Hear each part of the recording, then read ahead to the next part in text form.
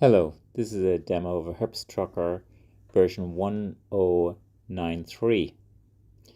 We're in the main menu right now, and what we can see is we can have the options here of routing sheet, which is always defaulted to.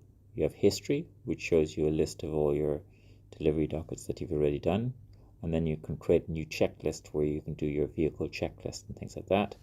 And below that you actually have the ability to see previously done checklists for, let's say, if you're stopped by the drivers on the road, and then below this you have settings for printers.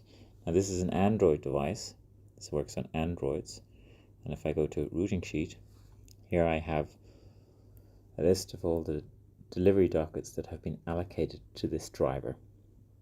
And they could potentially have receipt dockets as well, if that option allows it. There's actually a lot of options within this system that allows you or it doesn't allow you to do things. I'm going to show you a more advanced mechanism, but potentially just remember that you can actually take a lot of this stuff off because it might not be seen as necessary. But if I go to an individual delivery docket, what I have is I can see the address, the name of the customer, I can ring their phone, and also I have the ability to use Google Maps to bring me there. I can see what the products they've ordered and the quantities. Here at the bottom I have a little button that allows me to estimate and organize things on my routing sheet, and also I have another button here that allows me to send a text message to the customer to say I'll be there in 10 minutes or 20 minutes or 60 minutes or whatever. When I actually arrive at the customer, I press the start button. Again, this is an option. You might press another time mechanism that says I'm starting to unload. And down below I have another option that allows me to add a comment.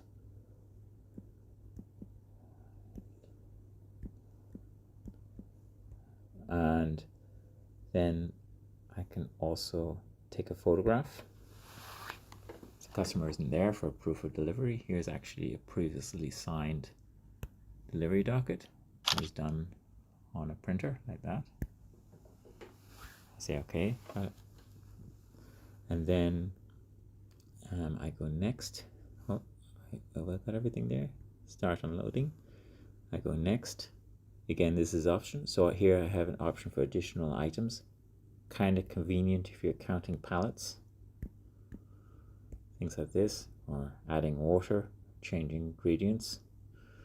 Maybe it was cold conditions or something like that, or you had to leave it outside. Something that you really want to emphasize. It's an option there that you can, for when you're making adjustments to your original delivery docket, you can get a second signature specifically to acknowledge the adjustments. I go next. This is here returned items now. So once again, most used for things like pallets, where you're counting. There's a trolley, an EU pallet, European pallet. Go next.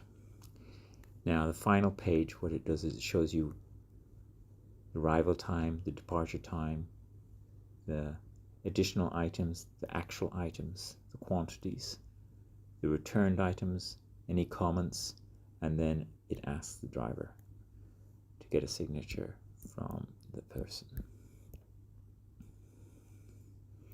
And I go finish, and then I have the option to print. Now of course the whole point is that you're wanting to avoid print. You have access to the delivery docket and everything back in the system. You can PDF it, you can email it, you could potentially have it in the web portal, linked to the sales invoice. So really you're trying to avoid using the old print, but sometimes there's no getting around it. And then you can print. And you can hear printing away. And just to show you how and then automatically it removes from the routing sheet once you've got the delivery done. But you can reprint it by looking in history. You can see it here in history. But I'm going to go to my checklists.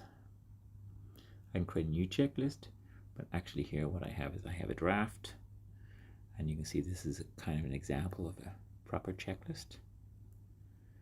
Let's see what I have to do to finish it off,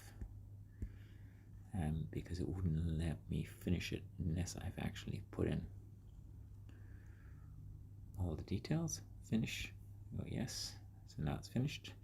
And once again, if I'm stopped on the side of the road by the police, I can show them the dates and the details of all the checklists that I have done.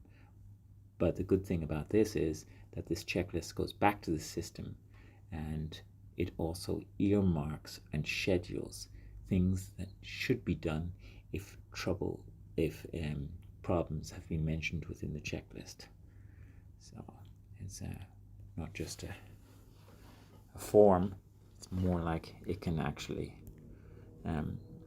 create an action back in the HQ.